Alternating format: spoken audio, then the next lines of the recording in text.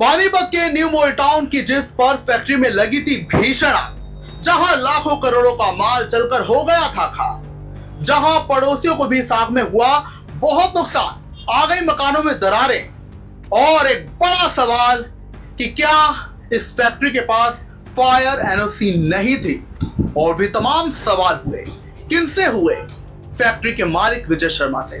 तो आखिर क्या हुआ जब उसी पर्स फैक्ट्री के मालिक विजय शर्मा, जिस पर्स फैक्ट्री में जब बीते रविवार को आग लगी, जिस आग को बुझाने में फायर ब्रिगेड को 12 घंटे तक मशक्कत करनी पड़ी, तो आखिर वहां आग क्यों लगी? क्या इस फैक्ट्री के पास फायर एनओसी नहीं थी? ये फैक्ट्री रिहायशी इलाके में चल क्यों रही थी? और आग लगने के दिन हुआ क्या था?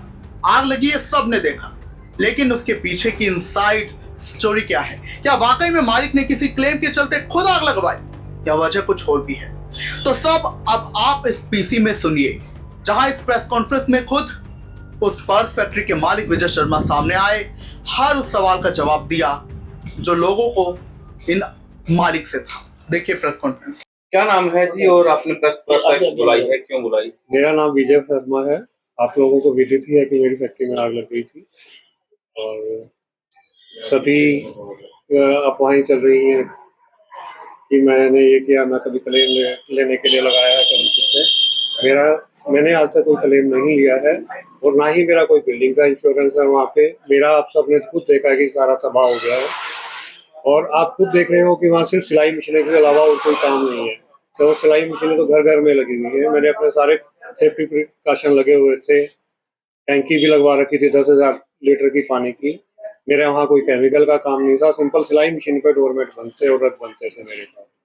धीरे धीरे मैं जॉब वर्क करके 30 साल में यहाँ तक खड़ा हुआ था और सारी जिंदगी माँ बाप की कमाई भी इसी में लगी हुई थी।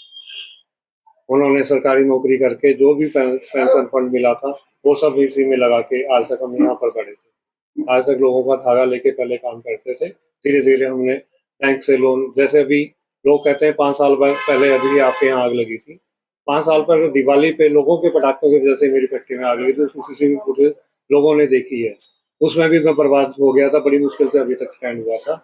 उसमें भी बैंक से लेके सारा लेके तब धागा लेके काम कर, बड़ी मुश्किल से यहाँ तक काम कर रहा था।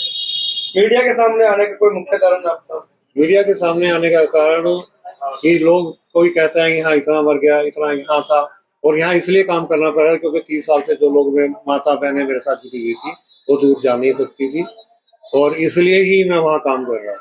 क्या रिहायशी एरिया में फैक्ट्री चलाना ठीक है? रिहायशी इलाका तो अब बना है भाई साहब, मैं तो 30 साल से वहाँ कर रहा हूँ और सिलाई चला रखी मशीनें छोटी छोटी घर घर में लगी हुई है। वहाँ 5-7 फैक्ट्रियाँ तो और घरों में भी लगी हुई है। जैसा मैं काम कर रहा था हर घर में बहुत सारे और घरों को भी नुकसान हुआ, दरारें आई वैसा हम तो उनका नुकसान, उनका भुगतान, उसका जो हो सकेगा जो हम कर सकते हैं। अभी तो मैं लोगों, जो मेरी माता बहनें जुलती हैं उनके इलाज में लगा हुआ हूँ। अभी तक तो मैं संभल नहीं पा रहा हूँ। मैं तो खुद, मेरा एक भाई अभी तक अचेत पड़ा हुआ है, वो अभी तक तो होश में भी नहीं आया कि हमारा आगे कैसे क्या होगा। स्थानीय लोगों का कहना है कि कई बार कंप्लेंट कर चुके हैं कि इस फैक्ट्री को लेकर, लेकिन कोई कार्रवाई किस लिए? एक बात बताइए ना, मैं कोई गलत काम थोड़ी कर रहा हूँ वहाँ पे। सिलाई मशीनें चला रहा हूँ, कोई भी अभी भी आके देखो, कोई केमिकल का काम नहीं है, कोई कुछ नहीं है।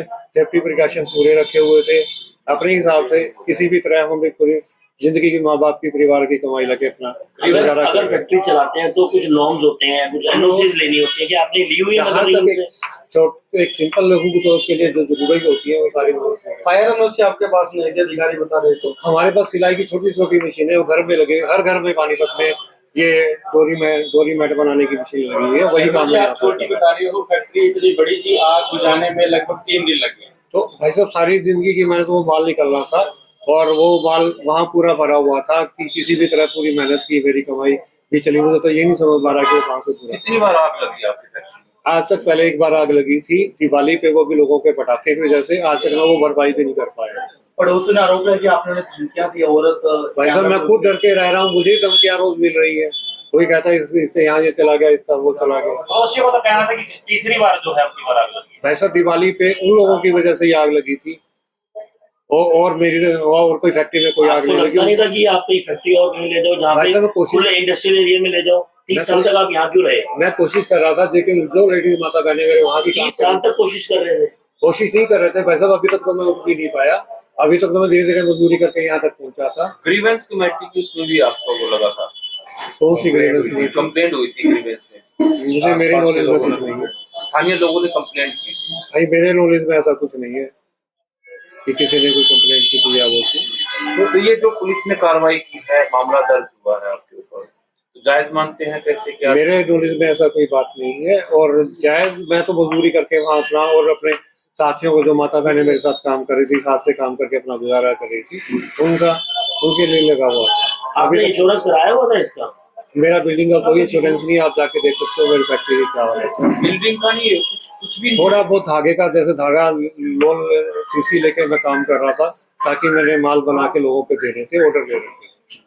और वो तो कुछ भी नहीं है, जिससे नुकसान आपके सामने कितना है वो आपके सामने। आप ये मानते हैं कि आपने कोई एनओसीज नहीं थी, आपकी एनओसीज नहीं खत्म थी, या कुछ भी जो भी चीज? जितनी जो मेरे हिसाब से एनओसी और जो होनी चाहिए वो फॉर्मेलिटी मैंने अपने हिसाब से पूरी करी। तो ये इसका मतलब कार्रवाई की है वो गलत की गई है प्रशासन? बिल्कुल। हालांकि प्रशासन तो अपने हिसाब से ठीक लग रहा है। मेरे साथ 24 घंटे खड़ा था, पुलिस वालों ने मदद की फायर बुझाने में, आग बुझाने में। जैसे इधर उधर से जिन्होंने भी गाड़ी अरेंज की, हम भी जो कर सकते हैं हमने भी। जितने कर्मचारी आपके पास लगे हुए हैं, नौकरी करते हैं, क्या आप उनका पीएफ वीएफ कटवाते हैं? हाँ, जहाँ तक जो होता है उनका करते हैं। और एक छुट्टी वगैरह नहीं थी, मतलब संडे को आपको? संडे को माल निकलना था भाई, उसी टाइम 1 बजे तक काम करके और उसी दिन माल निकल जाना था, और इसीलिए वो पूरा भरा हुआ था।